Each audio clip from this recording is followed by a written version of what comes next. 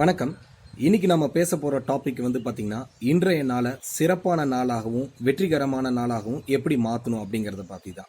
அதாவது how to make a successful and a great day. இதை பற்றி ஜான் மேக்ஸ்வெல்ங்கிற ஒரு செல்ஃப் மோட்டிவேட்டர், அதாவது தன்முனைப்பு பேச்சாளர் என்ன சொல்லியிருக்காரு அப்படின்னு பார்த்தீங்கன்னா, நம்ம வாழ்க்கையில் இன்றைய நாளை சிறப்பான நாளாக மாற்றணும், சக்ஸஸ்ஃபுல்லான நாளாக மாற்றணும் அப்படின்னா அதுக்கு 3 ஐடியாஸ் கொடுத்துருக்காரு. அது என்ன அப்படின்னு பார்த்தீங்கன்னா, நாம் மற்றவங்களுக்கு என்ன செய்யணும், அவங்க நம்மகிட்ட என்ன எதிர்பார்க்குறாங்க. ரெண்டாவது, நம்ம என்ன செஞ்சோம்னா நம்மளோட வருமானம் இன்னைக்கு அதிகரிக்கும். மூணாவது, நம்ம என்ன பண்ணோம்னா நம்மளோட பேரும் புகழும் அதிகரிக்கும். இது 3 தாங்க. இதை 3த்தையும் நம்ம திட்டம் போட்டு செயல்படுத்தினா நம்மளோட ஒவ்வொரு நாளும் நமக்கு சிறப்பான நாளாகவும் வெற்றிகரமான நாளாகவும் மாறும். இதில் ஃபர்ஸ்ட் பாயிண்ட் எடுத்துக்கோ. நம்ம மற்றவங்களுக்கு என்ன செய்யணும், மற்றவங்க நம்மகிட்ட என்ன எதிர்பார்க்குறாங்க.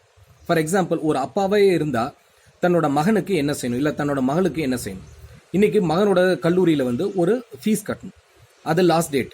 அந்த ஃபீஸ் கட்டலை அப்படின்னா நம்ம ஃபைனோட கட்டணும், இல்லைனா அவர் கிளாஸுக்கு போக முடியாது, இல்லை பரீட்சை எழுத முடியாது.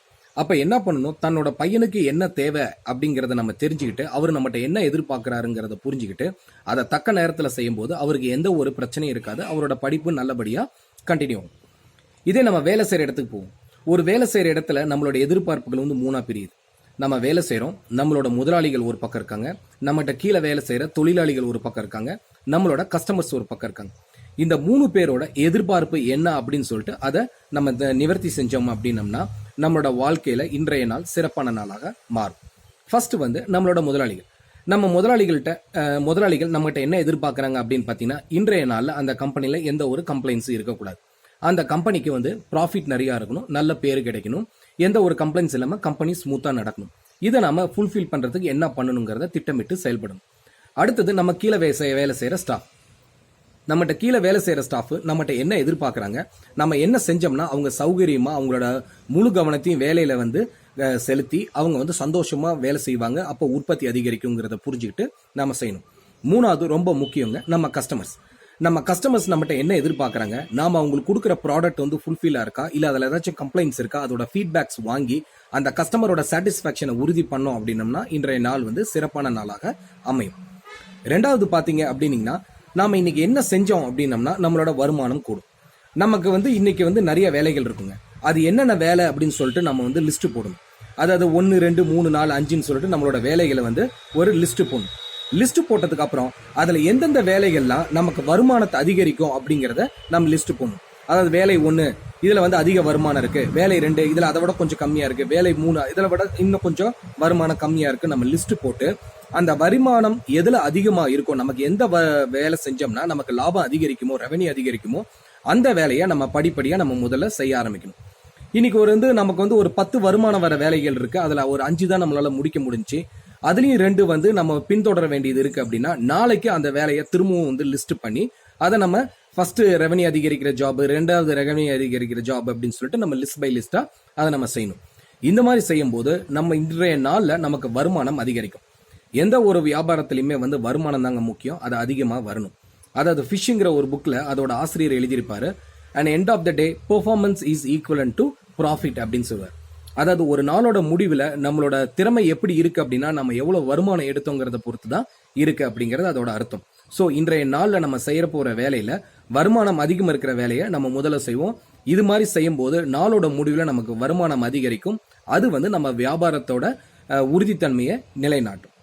மூணாவது பார்த்தீங்கன்னா, நம்ம எந்த மாதிரி வேலை செஞ்சா, நம்ம எந்த மாதிரி நடந்துகிட்டா நம்மளோட பேரும் மரியாதையும் மதிப்பும் கூடும், புகழும் கூடும் அப்படிங்கிறத நம்ம லிஸ்ட் போடும். நமக்கு தான் எல்லாம் தெரியும் அப்படிங்கிற மாதிரி நம்ம நடந்துக்கூடாது. இன்னைக்கு பார்த்தீங்கன்னா நிறைய டெலிவிஷன்ல நிறைய வீடியோஸ் வந்துட்டு இருக்கு, டிவி ஷோஸ் வந்துட்டு இருக்கு, நிறைய புத்தகங்கள் இருக்கு.